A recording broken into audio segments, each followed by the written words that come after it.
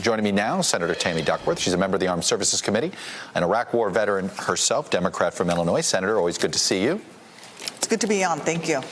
Let me start simply with, look, it looks as if the president's decision to pull out of the Iran deal, tighten the sanctions in order to get Iran back to the bargaining table is not working. But Iran appears to be doing these things. How would you like this administration to respond?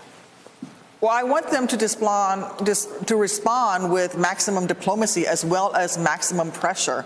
There's no disputing that Iran conducted these attacks. The problem that we have is that this administration is not actually engaging in any diplomatic efforts to engage and re-engage Iran. They just keep ratcheting up the pressure. And at some point, we're going to get to a situation where it's going to explode. And you're seeing the response from Iran each and every time we ratchet the pressure. That said, I do think that the sanctions are important to keep in place. I just want us to engage with Iran diplomatically as well, not just solely the U.S. and Iran, but also alongside with our allies as well. Have you seen the intelligence that confirms this is Iran yet? Have they, as the Pentagon or has the Trump administration shared that with the Armed Services Committee yet? Yes, it's made available to any senator who wants to go and take a look at it, and I actually did that this morning at 10 o'clock this morning and went into the secure reading room and took a look and went through all of the report. And I have no doubts that Iran indeed is behind this attack.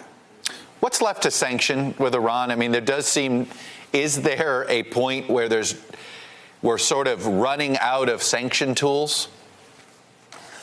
Well, I think that we're getting to a point where it's running out of sanction tools, but it's also at some point Iran is going to act in such a way that it's going to result in conflict. Right now, they chose to attack oil producing and oil production in Saudi Arabia, and they did not attack the United States. So if we're going to keep up the pressure, then we have to engage them diplomatically and give them a way out so that we can bring them back to the bargaining table. What would that look like? What's the way out? The President Trump seems to be open to easing some sanctions temporarily to get to the table. I don't know if anybody in his own staff wants him to do that. He has said that. Is that a first step you'd like to see? Well, that's a good first step. Now he needs to order his staff. After all, they work at the pleasure of the president. You would think he would have some control over the staff that he put into place to start engaging diplomatically. But let me just say this. I don't think we should be doing this on our own. We should be doing this with our allies, folks who do have the ability to talk with Iranians. I know that Japan, for example, Prime Minister Abe has offered to help.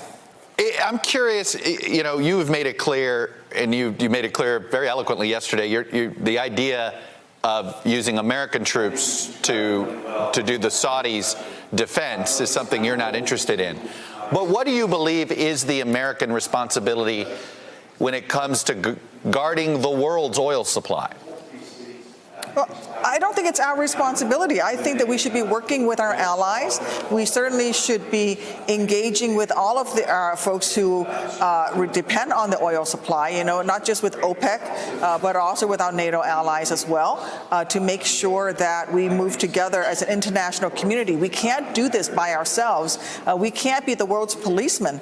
It's simply not our role. That said, we do have a responsibility to lead, and part of that is to bring along some of our allies with us.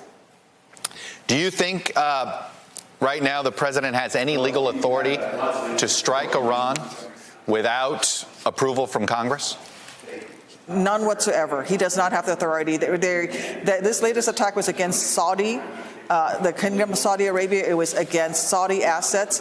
It was not an attack against Americans. Apologies for interrupting. With the shooting down of the drone, the American drone, enough of a rationale for a military response on the War Powers Act that would?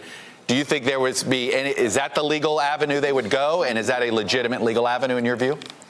I don't think that's a legitimate legal avenue. Again, the way the War Powers Act is talking about imminent danger. At this point, what the president needs to do is, if he wants to engage in conflict, an armed conflict with Iran, he needs to come to Congress. It is our power to declare war and ours only. All you have to do is just read the Article 1 of the Constitution. Hello, YouTubers. If you're watching this, it means you've checked out our channel, so thank you. Now do me a favor, subscribe by clicking on that button down there. Click on any of the videos to watch the latest interviews and highlights from MTP Daily and MSNBC. You can get more Meet the Press content every morning in the First Read newsletter. If you're tired of content that you don't know anything about where it came from, you don't have to have that problem with us. NBC News, MSNBC, MTP, and the Meet the Press mindset right here for you on YouTube. Subscribe now.